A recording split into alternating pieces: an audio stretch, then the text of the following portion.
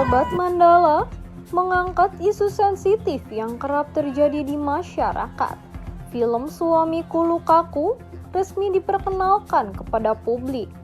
Menariknya, selain menjadi sarana hiburan, film ini juga digencarkan sebagai wadah kampanye anti KDRT. Film Suamiku Lukaku resmi diperkenalkan kepada publik di salah satu bioskop di Jakarta Selatan dengan menghadirkan ribuan tamu undangan. Film ini mengangkat tema kekerasan dalam rumah tangga atau KDRT yang dinilai masih menjadi persoalan besar di tengah masyarakat.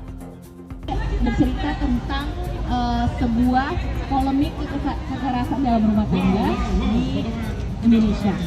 Nah, film ini di syutingnya tuh tahun lalu, sekitar bulan Juli 2025 di Pangkal Pinang. Kenapa di Pangkal Pinang?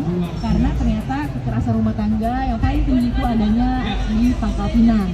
Dan Aminah ini adalah seorang perempuan kuat ya, karena dia tertekan di dalam rumah tangganya, mengalami kekerasan dan yang abusif, verbal maupun non-verbal. Jadi dia mengalami physical abuse, mengalami yang namanya tidak bisa mengungkapkan apa yang dia inginkan terhadap sikap suaminya untuk berubah, tapi malah ditekan dengan adanya anak itu dipermainkan atau dimanipulasi sehingga anak itu menjadi alat untuk mengombang-ambingkan perasaannya dia gitu, sehingga dia nggak berani untuk misalnya habis kena KDRT untuk melapor ke polisi karena ancamannya adalah anaknya sendiri, seperti itu. Ada pertanyaan lain? Kemudian Dalam proses produksi, tim film juga melibatkan psikolog untuk mendampingi para pemain dan penonton saat screening. Mengingat tema film yang dinilai cukup sensitif dan dapat memicu trauma bagi sebagian orang. Film yang dibintangi oleh Acha dan Baim Wong ini diharapkan tidak hanya menjadi tontonan, namun juga membuka kesadaran publik agar lebih peduli terhadap korban KDRT dan berani memberikan dukungan. Film Suamiku Lukaku ini akan tayang serentak di seluruh bioskop Indonesia pada tanggal 27 Mei mendatang.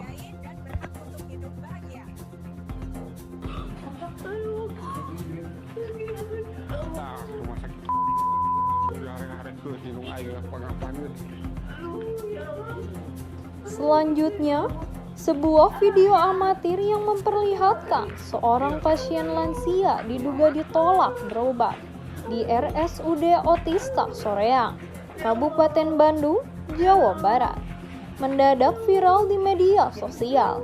Pihak rumah sakit pun akhirnya buka suara dan menyampaikan permohonan maaf. Assalamualaikum warahmatullahi wabarakatuh. Terkait dengan video yang kemarin viral, kami mohon maaf atas ketidaknyamanan kepada pasien, keluarga maupun masyarakat, karena pada saat itu memang di IGD kami kondisi pasien yang sangat banyak sehingga menumpuk pasien penuh, sehingga sesuai dengan kegawat daruratan kami harus melakukan prioritas dalam penanganan pasien. Pada saat itu kami sangat memahami bahwa pasien ataupun keluarga yang bersangkutan pastinya cemas dengan keadaan penyakitnya, tapi kami para nakes memang harus melaksanakan prioritas tadi, sehingga pasti ada waktu untuk menunggu. Jadi saat itu karena ada datang 2 pasien sebelumnya yang memang gawat darurat, penanganannya juga harus menggunakan banyak peralatan sehingga tenaga kami terkonsentrasi kepada yang gawat darurat tersebut, sehingga pasien yang datang menjadi menunggu. Tetapi hal itu kami sadari adalah suatu kepercayaan sebetulnya kepada rumah sakit ini. Mereka memilih datang ke IGD, sehingga hal tersebut akan kami lakukan perbaikan ke depannya dengan melakukan suatu mungkin penambahan kapasitas, karena memang akhir-akhir ini pasien semakin meningkat kunjungan ke rumah sakit ini. Jadi kami akan melakukan perbaikan, penyiapan perluasan pelayanan yang mana pasti membutuhkan waktu untuk itu karena harus disiapkan sarana prasarana dan SDM-nya. Mudah-mudahan ke depan kami bisa memberikan yang lebih baik kepada masyarakat. Sekali lagi mohon maaf atas ketidaknyamanan yang terjadi.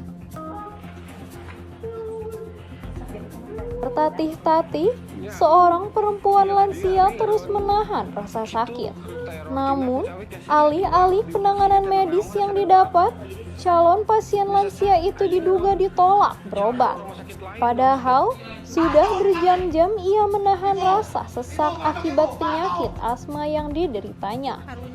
Kondisi IGD RSUD Otista Kabupaten Bandung yang saat itu penuh dengan pasien membuat ibu berusia 65 tahun tersebut tak ditangani. Pihak rumah sakit memberikan video kekecewaan yang dibagikan keluarga di media sosial dan melayangkan permintaan maaf. Saat itu, tim medis IGD tengah menangani 2 pasien darurat, sehingga calon pasien dan keluarga diminta untuk menunggu. Sesuai dengan aturan Undang-Undang Kesehatan, seluruh fasilitas pelayanan kesehatan wajib memberikan pelayanan bagi orang yang berada di dalam kondisi gawat darurat. Ayo naik sini, ayang kado.